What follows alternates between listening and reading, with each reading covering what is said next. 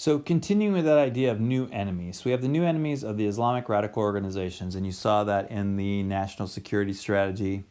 And then you also saw that that video on the axis of evil. The axis of evil being Iraq, Iran, North Korea.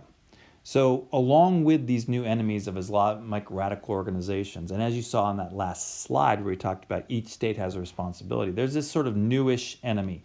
Now these are not really new enemies. There's always been state sponsors of terror that the United States had a problem with, Libya, Iran, etc. What I mean by newish is that there's a new sort of idea about what being a state sponsor of terrorism means. So there's type 1, and those are active supporters of terrorists. These have always been state supporters of terror, right here. After 9/11, before 9/11, they are always considered state sponsors of terror. That makes them a target for states that care. It's type 2 that's going to become the newish thing, and that is potential supporters of terrorists. They haven't supported terrorism yet, but they also haven't actively shown that they're against terrorist organizations, and so they're potential supporters. They also are considered state sponsors of terrorists. So if you are a liberal, for example, a neocon, in particular in the Bush White House, who would be a potential supporter of terrorists? Exactly. It would be any non-democracy would be a potential supporter of terrorists. So you could almost say any anti-U.S. state. If you don't like the U.S., you're a potential supporter of terrorists. So this becomes, I say is this, but this kind of becomes a self-fulfilling prophecy, is if a country doesn't like the United States, then it's a pretty good indicator that they might, harbor terrorists, which means that they are a target even before they harbor the terrorists. So who are these states? We just talked about this. If you're a neocon, who are these states? The answer is non-democracies. Non-democracies fit into that category. North Korea. Has North Korea ever sponsored terrorism? I honestly don't know. That's not really the point. North Korea does not like the United States, so North Korea would be willing, according to this theory of the neocons, North Korea would be willing to work with terrorist organizations to undermine the United States. Therefore, it's on the list. Another would be realists. What would realists think? Who would realists consider to be potential supporters of terrorism? This is a tougher one. So when I say realism, you say power. What is the thing that these states are going to use to get power? And the answer is, if you want to jump from 0 to 60 in power, the answer is weapons of mass destruction. So the realists are going to say, who are these states? Any state that's trying to seek weapons of mass destruction. So let's take Iraq, for example. If the United States believes Iraq is trying to get weapons of mass destruction, have they worked with terrorist organizations? Not necessarily, but Iraq doesn't like the United States, and it's trying to get weapons of mass destruction. And what that might mean is that they might make a little secret deal with Al-Qaeda so they can't let them get weapons of mass destruction in the first place. What you end up with is both agree non-democracies seeking weapons of mass destruction are the most dangerous states, potential states in the world. Those are the ones we have to key in on. I'm not talking about Russia. I'm not talking about China. That's not what they're talking about. They're talking about non-democracies seeking weapons of mass destruction. And there are 3 in the world in 2001, 2002. And they are Iraq, Iran, and North Korea, the so-called axis of evil. And with this sort of idea comes another idea that Cheney is sort of famous for talking about, and that's the 1% doctrine, which is if there's even a 1% chance, like what he means is a very super small chance, it's very unlikely, but still possible. There's a 1% chance that Iraq's going to get their hands on a nuclear weapon, which means that Al-Qaeda could get their hands on a nuclear weapon, then we have to do something about it. That's the 1% doctrine.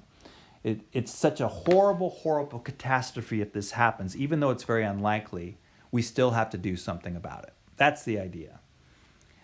Which leads us to the Bush Doctrine, which is sort of that second extension of policy, which again is going to follow from the stuff we were just talking about. The Bush Doctrine is essentially preemptive self-defense. And here it is in a nutshell. The U.S. has the right to take preemptive action against an enemy that might be a future threat to the United States or its allies. Now, this is probably too watered down to be exactly what it means. Because when we mean future threat, in this era, we don't mean, because anything could be considered a threat. What it's really referring to is in terrorism, but especially terrorism and weapons of mass destruction, that connection there. So, Iraq, for example. If Iraq gets nuclear weapons, then not only could Iraq use those nuclear weapons, but terrorists could get their hands on nuclear weapons, and then we're going to have a situation where some terrorist is going to strap a nuclear weapon and put it in a backpack and show up in LA, and then what? So we have to avoid that at all costs. So even before preemptive, even before Iraq gets a weapons of mass destruction, we have the right to do something about that. That's the Bush Doctrine. Now, just in case you don't know, this is actually considered illegal internationally and, by the way, also domestically. For example, if you're coming at me with a knife, I can defend myself. If you call me up and say, you know what, in 3 years, I'm going to come at you with a knife, I can't take you out right now. I can't attack you right now in preemptive self-defense. But the Bush administration was sort of saying, world has changed, weapons of mass destruction, terrorism, the Bush Doctrine. We can't afford to wait for an imminent attack. Imminent means it's happening right now or it's going to happen very soon. You can't afford to wait for that. By that point, it's too late when we're talking about weapons of mass destruction. Now, what are neocons and offensive realists? How do they feel about this? Ooh, they love this. This is good stuff. I mean, this is really U.S. primacy, which both neocons and offensive realists agree on. They agree on it for different reasons, but they both agree on U.S. primacy. U.S. should have power and the ability to act unilaterally, but this is like sort of on steroids. So we're just going to squared. You know, it's so strong. They like that principle. Another reason why this Bush Doctrine lasted longer than probably it would of any other time in the world. Like it would have been just sort of laughed off before 9/11, and even today we're not a big fan of this. So the opposition to it was not very strong at first, and here's why. First of all, it's a little bit like watching Trump talk about things right now. So if Trump says, I'm going to quarantine New York, you go, okay, that's nice, whatever, you know. It's like, is he really going to do that, or is he just talking out loud? And there was a sense in which many people thought that this Bush Doctrine was a bluff. The U.S. was getting a little bit stronger in the world in terms of saying, we're going to get out there and stop terrorism. And so were they really going to do this? No, but they were basically trying to threaten countries like Iraq to sort of give up their weapons of mass destruction program before anything ever happened. It was but when it came right down to it, the U.S. would never attack. Don't worry about that. Another thing is that after 9/11, the U.S. public was pretty much on board with this, at least in theory. Right? When it came down to the Iraq War, the U.S. public was okay with it. They lost their thrill for it very quickly.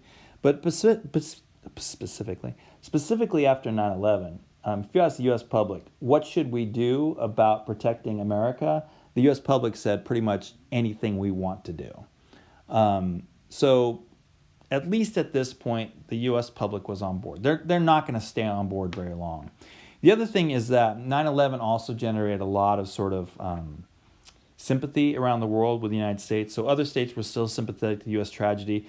And until the U.S. actually sort of acted on that preemptive strike idea, essentially the rest of the world was willing to sort of give the United States the ability to vent as long as it didn't act on that. After Iraq, the U.S. is going to back off this policy.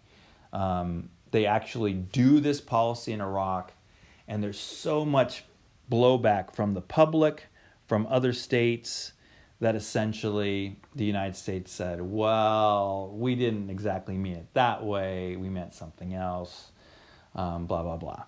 And definitely the United States doesn't want to make the claim that we get preemptive self-defense and therefore so does China get preemptive self-defense if they think they're in danger.